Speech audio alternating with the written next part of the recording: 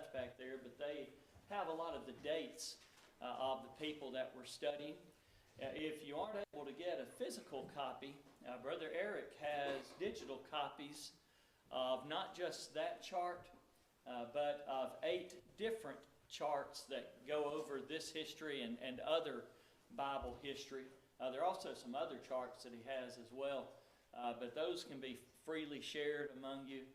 So if you like PDFs on your phone or on your iPads or computers, you might mention that to Eric, and he could either send those to you or airdrop those to you, perhaps. Again, we're dealing with some maps that are a little difficult to see, and I understand that. At the School of Preaching, what I do is I have my iPad set up where I can zoom in and things of that nature. And unfortunately, that's not always conducive to every situation that we might be in. So we'll make do the best that we can. I'll try to relatively describe where things are taking place on the map there behind us, and we'll have some different maps through the course of our study tonight and the rest of the week, as we did yesterday. But it sure is a good opportunity to be here, and I want to, before we begin, mention how much I enjoyed a great lunch this afternoon with Eric and Holly. We got to come and watch the eclipse with a number of the folks from the congregation, and that was a neat thing. My daughter sent her some pictures through the course of it, and she was a little jealous. She said, "I didn't have any special glasses." Sorry, you should have been in Eagleville. But anyway, it was a good time. Enjoyed it with some of the young people as well. And then we had a good supper this evening. Enjoyed being with Sister Deb, Sister Barb, and Aaron. So had a very good time there. That was a lot of fun. Good conversations, learning about driving and things of that nature this evening. We're talking about Greece tonight. We were talking about Medo-Persia last night, and we want to cover just one other thing that we had to rush through last night, tonight, talking about Medo-Persia. But when we're reading Daniel chapter 2 and Daniel chapter 7, we see 2 prophecies about world empires, and both prophecies ultimately relate to the coming of the church, the establishment of the church during the days of the 4th of those empires, the Roman Empire, which was described in the prophecy of Daniel chapter 2 as the part of that colossal statue which was iron, the iron legs, and then the feet of iron and clay mixed. And in Daniel chapter 7, when you see the 4 beasts, Rome is that diverse beast, diverse from all the others, and it had destroyed those others. It took their place, but they still had elements that were still in existence. We talked about Galatians 4:4 and the fullness of time, and each nation contributing something to the fullness of time. Tonight, talking about Greece, we're going to be talking about the 3rd part of that colossal statue, the belly and thighs of brass. We're going to be talking about the 3rd of the creatures of Daniel chapter 7, the leopard that had the eagle's wings and had the 4 heads. So that's the one that we're talking about. This is also the nation that is going to be dealt with in Daniel chapter 8, as we see the ram and the he-goat. The ram was Medo-Persia, whom we studied last night, and the he-goat is Alexander and his kingdom that we're studying tonight. That is Greece, or Macedonian Greece. Before we get into the actual Greeks that we're going to be concerned with, Alexander and those who followed him, let's talk a little bit about earlier Greece and remind ourselves about the Medo-Persians, especially for those who weren't able to be here last night. On the map here, you see Greece on the left, the orange and the yellow. On the right-hand side, you see some orange and some pink. That is an area called Ionia, and often that would be possessed by the Greeks. However, that also was Persian territory. So it's an area that the Persians and Greeks would often fight over. In the north, you see pink. Now, this map's a little bit later. And so the pink in the north represents Thrace. Really, Thrace would be more of the eastern side in the period that we're talking about. And about where the green starts, maybe a little bit further to the right, we have Macedonia. Macedonia would continue, maybe not quite as far as it does on this map. And then you had Illyricum and Epirus. And Epirus is going to be pretty important for us. That's the purple region. But then all of that orange, the pink that's on the left side, and that yellow, that's what we generally think of as Greece. Now, one thing that we do note with regard to all the different colors is it doesn't look like there's a lot of unity. And quite frankly, there wasn't. These people were divided politically. They were divided geographically. They spoke the same language. In fact, those who live in the areas of Thrace and Macedonia to the north would have had a lot in common as far as their language and their mythologies to those who were living in the purple and the orange that's on the left and the yellow and the pink and across the sea on the pink there. But they were very different. Now, sometimes we see that in families. We see brothers who are very different. And sometimes those brothers who are very different will do what with each other? They'll fight with each other. That's part of being boys. So the boys will fight with each other. But then, if somebody from outside the family picks on one of the boys, what happens? Well, the boys don't fight each other.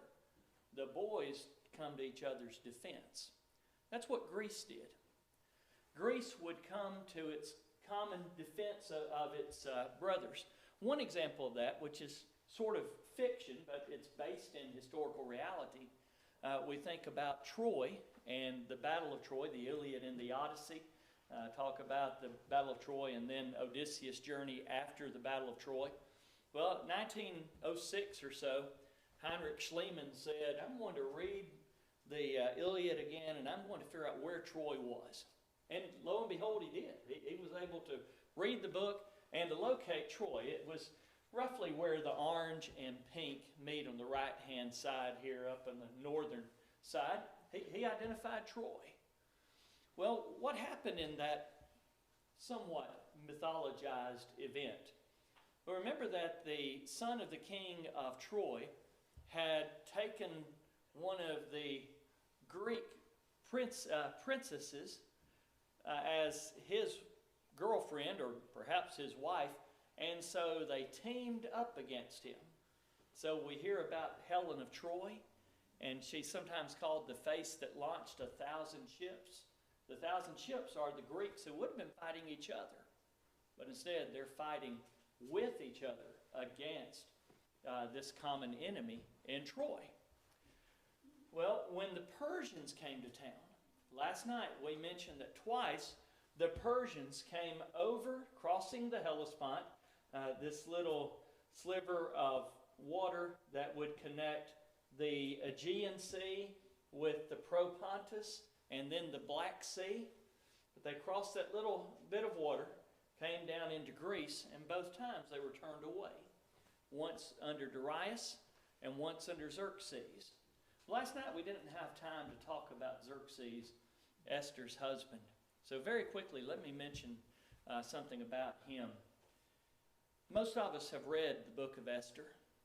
And when we've read it, we've probably thought, sort of strange that this man who was so mean to his first wife, the queen who's at the beginning of the book, who is deposed because she wouldn't perform his will in front of all of his subordinates, Vashti was deposed for that he would treat her so badly, but then he would be willing, when this Jewish queen came to him, to even extend the scepter to her so that she could come into his presence unbidden. What happened?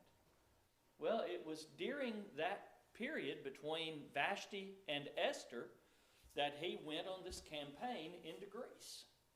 And he's ultimately humbled in Greece. I think that's the reason for the different attitude that you see in Esther chapter 1 from Esther chapters 2 and following. that humbling started at that little sliver of water called the Hellespont.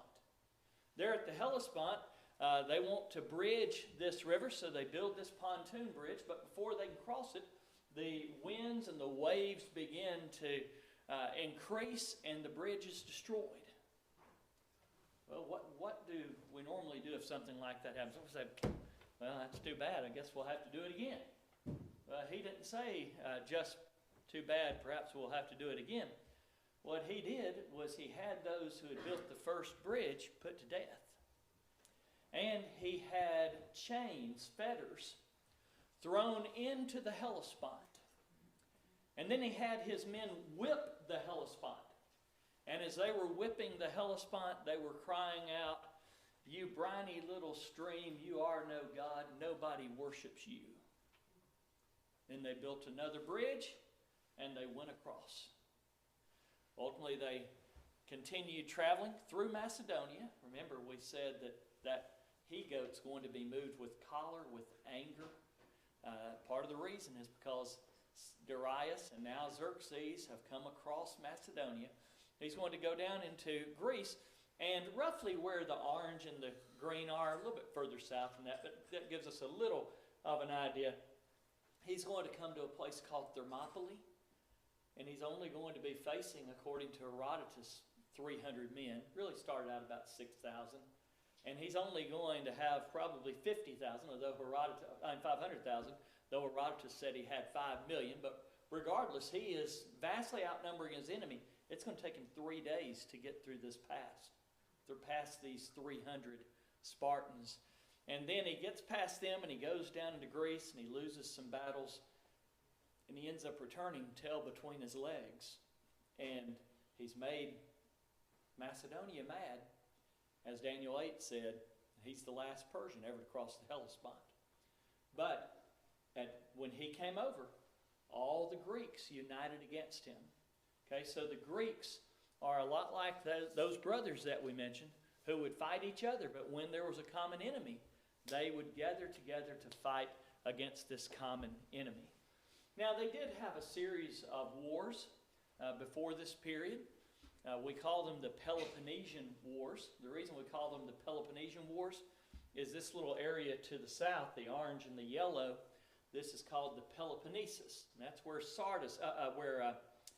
where Sparta was. And Sparta and her allies fought against Athens and her allies. Athens, and it's a little difficult to see, but where the yellow and orange are on the right near the border of the page there's some pink. Sparta is just into that pink along the coast, the southern coast there. Well, these are going at it, fighting each other for a time. Now, as they're fighting each other, that opens the door for any enemies to sort of start taking advantage of the situation. During this time, the Persians have some of their kings that try to take advantage of the situation, even though they're not going over themselves into Greece anymore. But they're still playing sides in this political battling. And this opens the door for the king of Macedon, his name was Philip, to come down into Greece. Now, Philip becomes king of Macedon in the year 359 BC. By 354, he had taken that region on the left that's purple. That is Epirus. Now, that's actually where his wife was from. So he conquers the land that she was from. They're already married by this time, and they have a 2-year-old son by this time. But anyway, so he conquers that. Then in 340 BC, he takes Thessaly, which is just on that area where the green and the orange meet beside that bay. That's Thessaly. And then he came down in 338 BC. He defeated Athens and Corinth and a number of other places and established what was called the League of Corinth. This is the unity now of all these Greeks, but under the Macedonian Philip. And the ways able to do that is because they had a lot of infighting. So they basically catch themselves unaware when he comes down and he unites them. Well, this Philip is ultimately going to be murdered. Now, before he was murdered, he had basically promised these Greeks, we're going to be a team and we're going to fight against Persia. So that sounded pretty good to them. It wasn't overly difficult when he displayed his ability for them to say, okay, we know you can beat us, and we know that we don't like who you don't like, so we'll be with you. So that was good. But he ended up being murdered. He was murdered by a man named Pausanias. All right, Pausanias was told by a prophet. We talked yesterday about some of the different oracles that people could go and see. Well, Pausanias was told that if he killed a famous man, he would be famous. Also, this Pausanias was mistreated by one of Philip's generals, a man named Attalus. So, ultimately, these two things combined for Pausanias to decide that he was going to murder Philip. And he did. But it wasn't just as easy as Pausanias did this. Apparently there were a number of people who were involved in planning the murder of Philip. Some people even said one of his wives. Well, we've only been introduced to one, but do you want to guess which one it was? It was that one who was blamed. Remember that Philip had conquered her homeland after they were married. Her name was Olympias. They also say that his son had a role in his death. Now, you and I might say, and we haven't mentioned his name yet, you can probably guess who it is, but you may be wondering why. Why would this son, wife and son want to murder King Philip? Well, we mentioned one reason for her to want to, because she was from Epirus. In fact, her brother was the king of Epirus, and his name was Alexander II. So Alexander, king of Epirus, was defeated by Philip. But second, Philip had taken a younger woman as a wife. She had taken a woman named Cleopatra, not the Cleopatra that you're probably familiar with.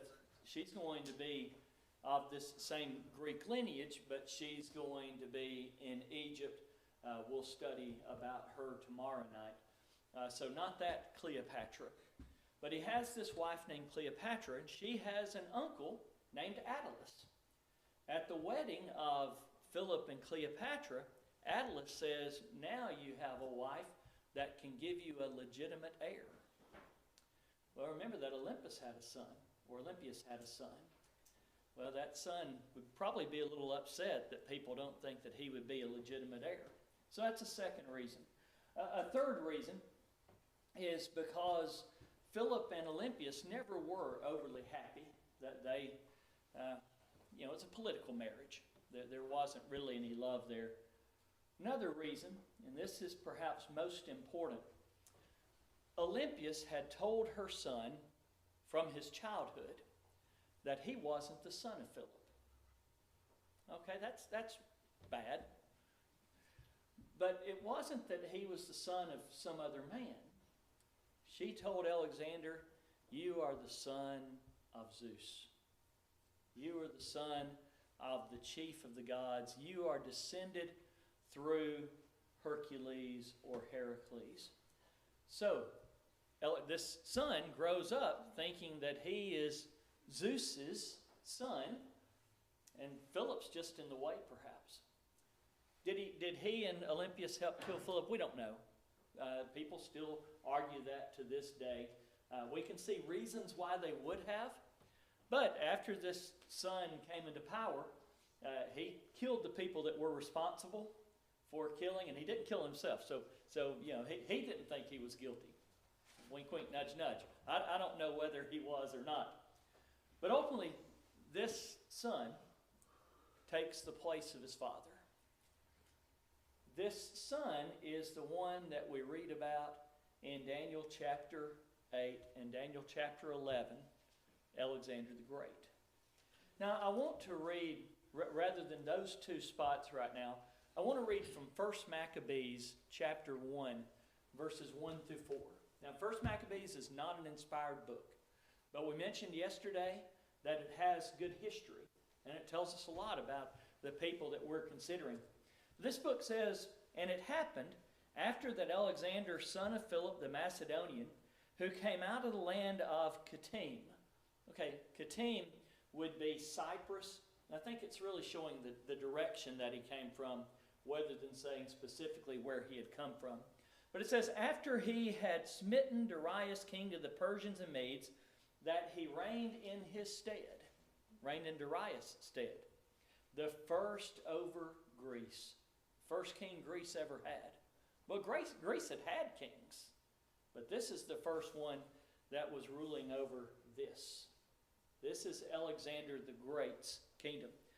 "And he made many wars and won many strongholds and slew the kings of the earth, and went through to the ends of the earth, and took spoils of many nations, insomuch that the earth was quiet before him. Whereupon he was exalted, and his heart was lifted up, and he gathered a mighty strong host, and ruled over countries and nations and kings, who became tributaries unto him." Well, that's a pretty good description of Alexander the Great. Extremely powerful, but before it was all said and done, very prideful. He ended up basically stopping where you see the yellow stopping. And that's not because he wanted to stop. That's because his army said, we're tired. We're not going to fight anymore. And so ultimately he went back to Babylon and died in Babylon. But he would have kept going.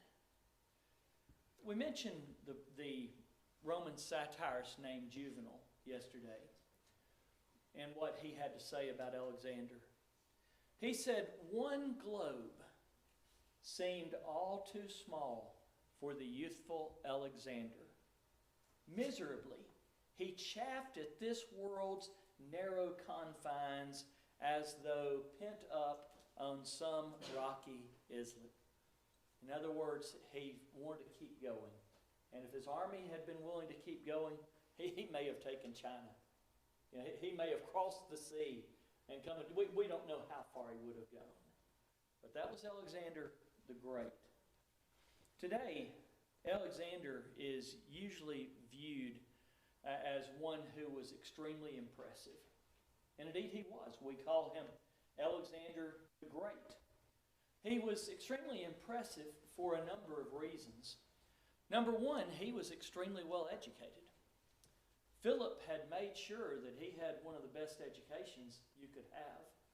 Most of us in this room have probably heard of Aristotle, the philosopher. Aristotle was a personal tutor of Alexander. He had been given the opportunity to fight with his father in his father's most important battles. The Battle of Sharona, where he united Athens and Corinth and most of the rest of Greece under that League of Corinth. Alexander was controlling part of his father's army during that battle.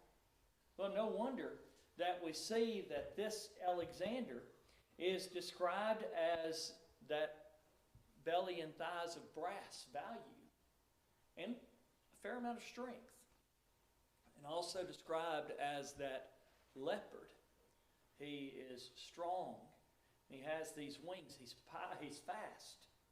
And he also had these 4 heads. We'll talk about those as we get further into our study this evening. But those are Daniel 2 and Daniel 7. Daniel 8 and Daniel 11 go into great detail describing not only Daniel, but describing not only Alexander, but describing those that would follow him. As we read Daniel 8, verses 5 through 8, we see, "And as I was considering, behold, an he-goat," okay, that's Alexander's Greece, "came from the west on the face of the whole earth, and touched not the ground." That's moving pretty rapidly. "And the goat had a notable horn between his eyes." That's the King Alexander. And he came to the ram. The ram was introduced earlier in chapter 8. The ram had two horns. This was Medo-Persia, probably representing Darius and Xerxes, who had both moved against Greece and had gone through Macedonia, which I had seen standing before the river, and ran unto him in the fury of his power. And I saw him come close unto the ram, and he was moved with choler against him, angry, and smote the ram and brake his two horns, and there was no power in the ram to stand before him. But he cast him down to the ground, and stamped upon him, and there was none that could deliver the ram out of his hand. Therefore the he-goat waxed very great, and when he was strong, the great horn was broken. And for it came up four notable horns, unto the four winds of heaven. In other words, spreading all different directions. Go down to verses 21 and 22. Look at Daniel saying, this is who this is. And the rough goat is the king of Grecia. That's Alexander. First king of Greece. Daniel says this is who it's going to be. Now, Daniel's not recording this as history. You see, First Maccabees was recording this as history. It's written about 100 BC. Daniel was recording this as prophecy. He's writing 200 years before these events took place. And he says, this is the king of Greece. Continuing there, in the great horn that is between his eyes is the first king. What did Maccabees call him?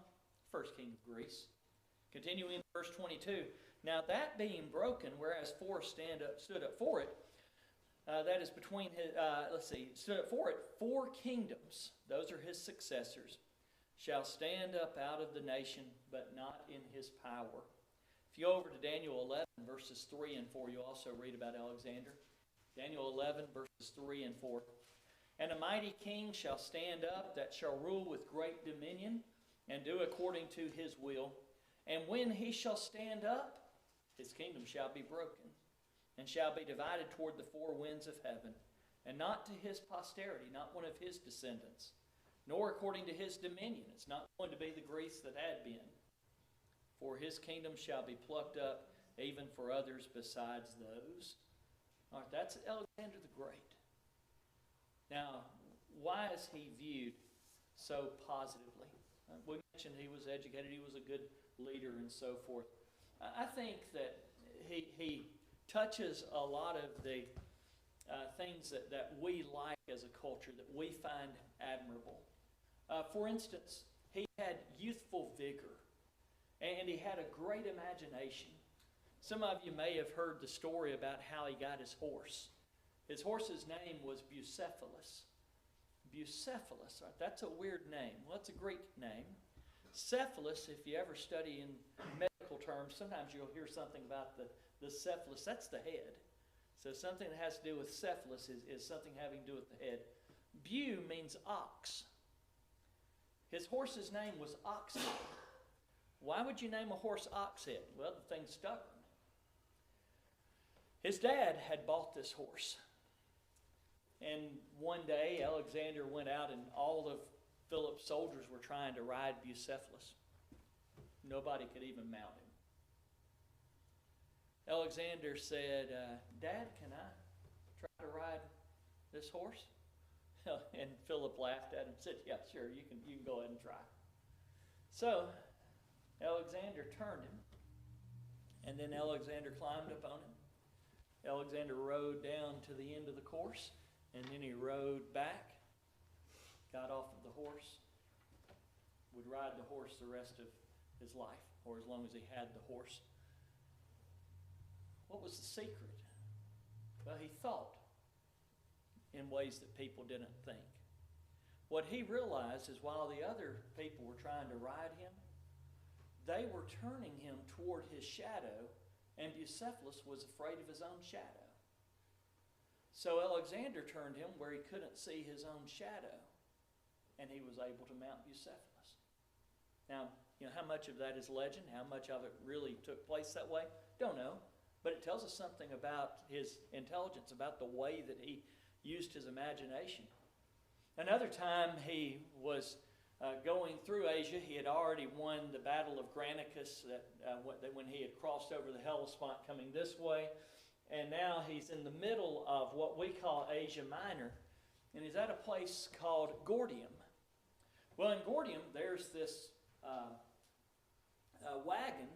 And this wagon has a very intricate knot tied on it. And legend said that whoever could, depends on what historian you're reading, some will say whoever could loose it, others would say whoever could untie it, that person would be the master of Asia. In other words, that person would be recognized as the master of Asia.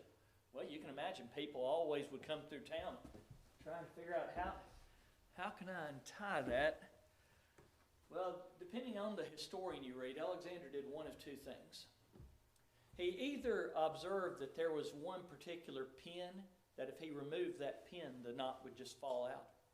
Or, and I kind of like this one better, he looked at it for a minute, then he drew his sword and cut it, and the rope fell off of the wagon. Pretty creative. Well, regardless of whether that took place and exactly how it took place, it tells us something about him. He was young, he was energetic, and he knew how to use his mind. He was very wise in how to solve problems. Another reason that we think a lot of him is because he was very enterprising. When his father died, he wanted to go against the Persians. Remember, he's moved with choler, he's moved with anger. The only problem is when his father died, Greece said, we're not with you anymore. You're just a kid. Alexander was able to reunite very quickly this League of Corinth. One of the ways that he did it was he was going to be marching through this area of Thessaly, and the Thessalonians said, no, you're not coming through here. So they had their army set up. Well, he went around their army. Oh, well, that's easy enough. He thought about how he could do things, and he did them. And so very enterprising, very fast. And he also must have been extremely nice. We're going to read in a minute about the king of Persia's mother and daughter. They loved Alexander, the Greek, the Macedonian, who had defeated the son and the husband in battle. That they loved him. But we'll talk about why that is in just a moment. But I think we also like him because he died in his strength. Just like we had read about in Daniel. We had the old expression years ago, only the good die young. Well, we have this idea about those who are cut off from the prime of life. Well, that was Alexander. Well, what happened? In the spring of 334 BC, Alexander crossed the Hellespont, and he won his first battle against Darius' forces. Darius wasn't with them, but he won his first battle against them at the Battle of Granicus.